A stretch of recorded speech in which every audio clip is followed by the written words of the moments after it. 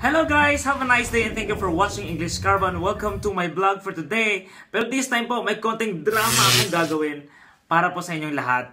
Guys, alam po natin, ang buhay OFW po minsan hindi talaga puro masaya.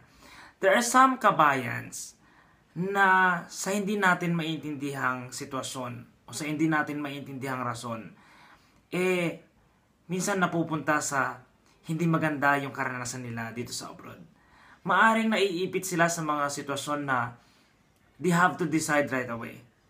And they have no time to think if whatever decision na ginagawa nila is tama nga ba o hindi. So if ever guys that you have that somebody, it's either kamag-anak mo man yan, o kaibigan mo, kakilala mo, katrabaho mo, ano nga ba yung maipapayo mo sa kanya? Ano yung magagawa natin? How will you understand their situation? Kailangan ba natin silang intindihin o do we have to let them suffer the consequence ng hindi magandang bagay na ginagawa nila? So panoorin po natin ang isang maikling teleserye na ginawa ko para sa inyong lahat. Kuya, sorry kung nagsinungaling ako sa inyo. Alam ko. Pero binibigyan kita ng pagkakataong ipaalam sa akin yun. Hirap na. Pero tigas ng ulo mo. Hindi ko alam kung ano yung tumatakbo dyan sa utak mo. Ano ba kasi nangyayari sa'yo? Wala ka na ba talaga ibang matinong magawa? Wala ka bang ibang libangan sa buhay mo? Pagod na ako. Yun nga eh. Alam mo naman palang problema ang dala mo.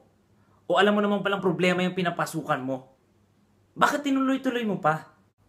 Anong gagawin ko? Hindi mo alam ang gagawin? Hindi alam ang gagawin saan? Ang hirap kasi sa'yo, lahat ng bagay na ginagawa mo, ikaw lang nakakaintindi. Tanga-tanga ako. Tanga-tanga ako. Yun nga ang masakit eh. Ang pakiramdam mo, na wala kang pamilya ditong nag-aalala sa'yo. Na hindi mo malang iniisip na ako bilang kuya mo, nag-aalala ko sa'yo. Hindi ko alam kung saan ka tatawagan. Hindi ko alam kung saan ka na. Kung ano na pinagagawa mo. Kung ano namang kalukuhan ginagawa mo. Tao din ako nagkakamali pero hindi nyo tinatanggap. Pamilya ko kayo. Pero hindi ko maramdaman ang magiging pamilya niyo sa akin. Nasasaktan din ako sa lahat ng mga sinasabi ng ibang tao tungkol sa'yo. Anong silbi ko dito? Na pinapabayaan lang kita? Na okay lang sa akin ito nangyayari? Na wala akong kwentang kuya para sa'yo? Tingin ko, kaaway ko kayong lahat. Na kahit simpleng pagkakamali lang, pinagtutulungan niyo akong lahat. Kaaway? Alam mo anong problema sa'yo? Yun kasi ang tingin mo sa amin. Lagi kaming kontra sa lahat ng mga bagay na ginagawa mo. Dahil alam mo, na kapag nalaman namin ang totoo, hindi ka namin hahayaan o papayagang maging ganyan. Kaya ang tingin mo sa amin, malaki kaming hadlang sa kung ano mga pinaplano mo. Hindi ka namin pinagtutulungan. Mahal ka namin. Kaya nga, harap-harapan ka namin pinapagalitan eh. Na pinapamukha sa'yo na mali ang ginagawa mo. Dahil wala akong matakbuhan. Walang matakbuhan. Hindi totoo yan. Ayaw mo lang lumapit sa amin. Kasi nahihiya ka sa lahat ng mga problemang binibigay mo. Wala bang pagkakataon na lumapit ka sa amin? Na hindi kami tumulong sa'yo? O wala bang pagkakataon na lumapit ka na hindi ka namin binigyan ng panahon? Oh, hindi naman ako perfect eh. Ito nga ako nagkakamali na nga ako. Puro na nga mali. Buhay ko. Eh kasi nga, hindi ka na namin maintindihan. Sunod-sunod na lang eh. Kung una, okay lang. Pangalawa, baka pwede pa. Pero pag pangatlo, hindi na. Dahil hindi naman ako ibang tao lang dyan, nahahayaan lang kita, natitingnan lang kita kung anong masamang mangyayari sa'yo. Ibang bansa to. Responsibilidad kita. Mahal kita. Ayoko umuwi ng bigo. Ayoko masira yung mga pangako ko sa mga anak ko, kaya ako nagagawa itong mga bagay na to.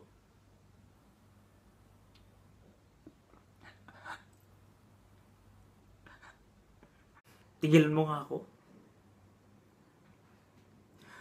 Kung talagang gusto mo tuparin yung mga pangako mo sa mga anak mo, bakit hinahayaan mong lumipas sa mga buwan na wala kang binibigay sa kanila? Nagpapakahirap ka para dyan sa lalaki mo?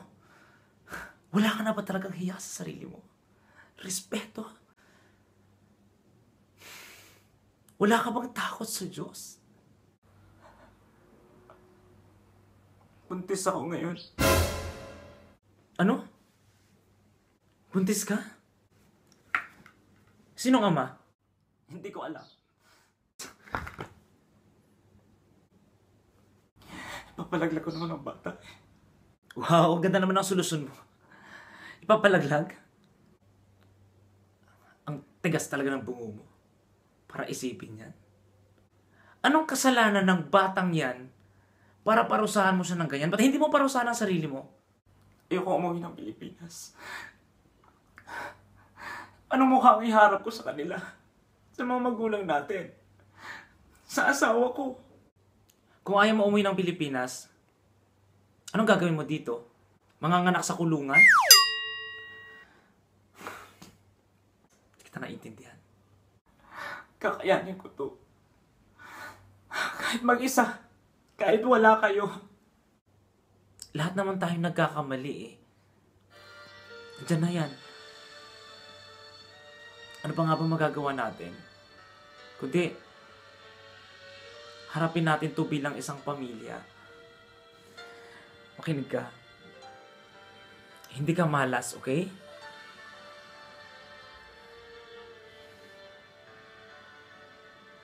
Malamang merong dahilan ng Diyos kung bakit kailangan mong maranasan yan.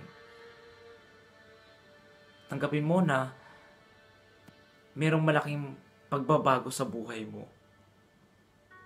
Maring sitwasyon na hindi mo ginusto. Consequence to ng mga pagkakamaling nagawa mo. Pero hindi ibig sabihin nun, wala ka nang papupuntahan. Okay? Dito kami. Subukan mo lang gumawa ng isang mabuting bagay. Unti-unti, mararamdaman mo na ang lahat ng mabubuting bagay sa paligid mo. Huwag mong gawing impyerno ang buhay mo. Dahil kapag hinahayaan mo, na gumawa pa rin ng gumawa ng mga desisyon para iwasan yung mga pagkakamali mo, mas lalo ka lang mapapahama. Okay? Malalagpasan mo rin yan. Siguro,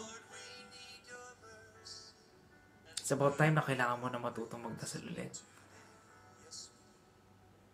Humingi ka ng tawad. Kusapin mo siya.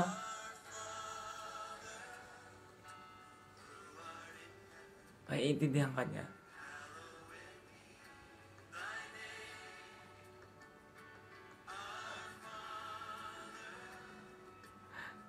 Dahil kahit ganun ka pa makasalanan, anak ka pa rin niya. Kapag bukas sa kalooban mo yung pagsisisi mo, mapapatawad ka. Lagi siyang handang patawanin ka hanggang sa magiging mabuti kang tao. Sa magiging mabuti kang Kristiyano. Uwi ako sa Pilipinas na dala ko ang lahat ng mga kasalanan na nagawa. Pero susubukan ko magbago. Kahit para sa sarili.